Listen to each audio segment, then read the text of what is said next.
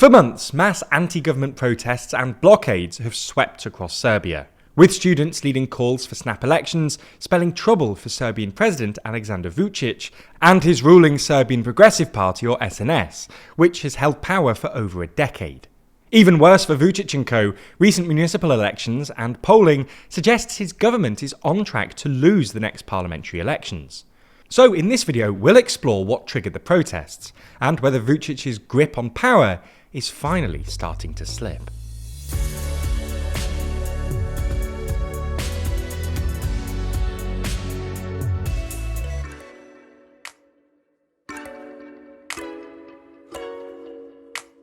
Could you rank every single politician in the world? Hear our thoughts and argue with us on our podcast, the World Leader Leaderboard. Find it over on the TLDR Podcast YouTube channel or in your favourite podcast app. Let's start with some context. Vučić's SNS party, an offshoot of the ultra-nationalist Serbian Radical Party, has governed Serbia since 2012. During this period, Vučić, the former Minister of Information under Slobodan Milošević, who became Prime Minister in 2014 and President in 2017, gradually took on a more authoritarian bent. Under Vučić, corruption has reached an all-time high according to the Corruption Perception Index, and according to watchdog organisations, Serbia has essentially become a soft autocracy, or a hybrid regime. What this means is that although the country still has a democratic veneer with regular elections and a political opposition, Vučić's tight control of the government, judiciary and security forces skews the democratic process heavily in his favour. This is particularly evident in the country's media, as Vučić and his administration have gained stakes in major media outlets, who rely heavily on state advertising, which gives them a financial incentive to push a pro-government narrative. In fact, Vučić and his government completely dominate the media landscape, to the extent that the national TV broadcaster RTS dedicated 94% of its airtime to the ruling majority in 2024. However, over the past 2 years, a series of mass protests have challenged Vučić's hold on power. The unrest has been fueled by public outrage over a mass shooting, allegations of electoral fraud following the SNS party's landslide victory in snap elections, and a controversial $2.4 billion lithium mining deal with the EU and Rio Tinto.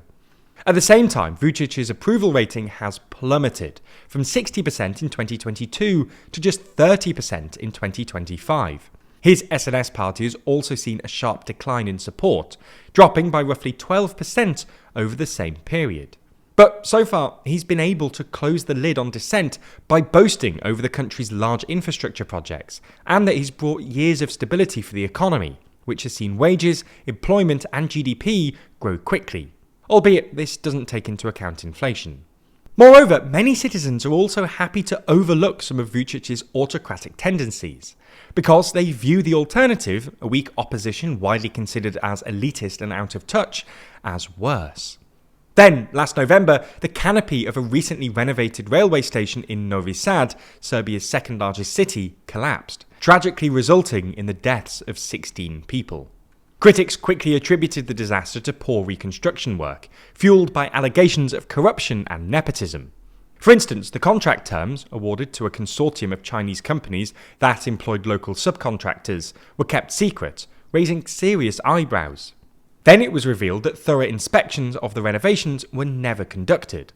Some of Vučić's critics also claim the project's cost was significantly inflated, suggesting some of the funds weren't used on the project, but rather lined the pockets of corrupt state officials. Following the tragedy, 13 people were indicted, though corruption charges were conspicuously absent. Most, including the transport minister, who resigned without accepting blame, were released within days.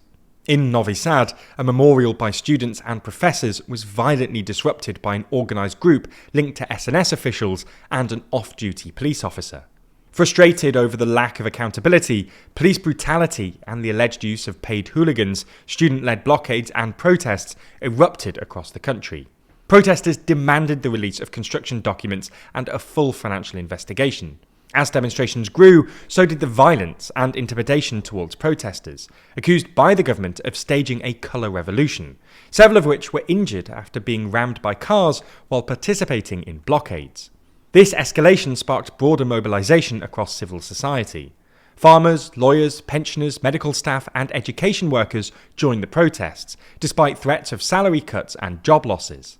The movement culminated in a mass protest in December 2024, attended by over 100,000 people. It was accompanied by a general strike, the blockade of the national broadcaster RTS, and another mass rally in March 2025, the largest since the fall of Milosevic, drawing an estimated 325,000 people. Pressure in following months continued to build, despite the resignation of Vučić's prime minister, the emergence of a parallel pro-government student movement, and Vučić holding his own counter-rallies. However, after 6 months of sustained mobilisation, students reported little to no progress in meeting their demands. In May, their focus shifted. What began as a push for transparency and accountability, originally rejecting the idea of snap elections due to concerns that Vučić had historically used them to consolidate power, transformed into a direct call for snap elections, which Vučić immediately rejected. Students introduced the Student List, a broad coalition made up of professors, workers, farmers and experts, and presented a programme featuring 18 concrete demands, including restoration of media freedom, an independent and efficient judiciary and prosecution, and the eradication of corruption and organised crime. To maintain legitimacy, they imposed strict eligibility rules. Candidates must not be students, members of the ruling coalition, or current parliamentary opposition figures, which, as we mentioned earlier on, are also not trusted. Meanwhile, on June the 8th, municipal elections were held in 2 smaller municipalities, Zaječar and Kosjerić. They were the first elections held since the protests began, and until then, the SNS party typically won by as much as 80%. However, this time they won by a narrow margin, despite mobilising an enormous amount of financial and media resources. Meanwhile, public support for snap elections is growing. A July poll by Sprint Insight shows the call for early parliamentary elections has gained traction, with 33.1% fully supporting it and another 18.2% mostly supportive. It also shows that 54.8% of respondents back the student list, compared to 42.1% for Vučić's coalition. The poll also revealed that 42.3% of voters now reject the government outright, while just 26.8% express full support. However, for now, Vučić is holding firm, and the likelihood of bringing him down before the 2027 scheduled general election still looks unlikely. Still, his refusal to call early elections is widely seen as a sign that the government no longer feels confident in securing a majority. If the student movement can maintain momentum despite protest fatigue and the summer holiday lull, and put forward a credible alternative to Vučić, the political balance could shift. The lack of such a figure has so far kept many voters loyal to the government, driven by the belief that it could always be worse. But if that fear fades, Vučić may have no choice but to concede and call elections. As you may know already, here at TLDR we're committed to learning about the world around us, and helping you do the exact same. Luckily for all of us, our sponsor this week, Brilliant, helps with just that. Brilliant helps you become a better thinker and problem solver, with thousands of visual, interactive lessons in maths, science, programming, data analysis, and AI. Not only does Brilliant offer a perfect mix of engaging problems and competitive features, it also keeps you motivated with daily encouragement, and their app makes it easy to learn wherever you are. Instead of mindless scrolling, with those extra pockets of time you find in the day, you can give your mind a workout with Brilliant's growing collection of programming courses. From learning Python to developing an intuition for computer logic, you'll get hands-on experience with real programs and learn to think like a programmer, building your problem-solving skills to thrive in the evolving world of programming. Plus, all content on Brilliant is crafted by an award-winning team of teachers, researchers and professionals from Stanford, MIT, Caltech, Microsoft, Google and more. To start your learning journey and try Brilliant for free, visit brilliant.org/TLDR. Scan the QR code on your screen, or you can click the link in the description. By doing so, you'll also get 20% off an annual premium subscription, and they'll know that you came from us, which really helps us out.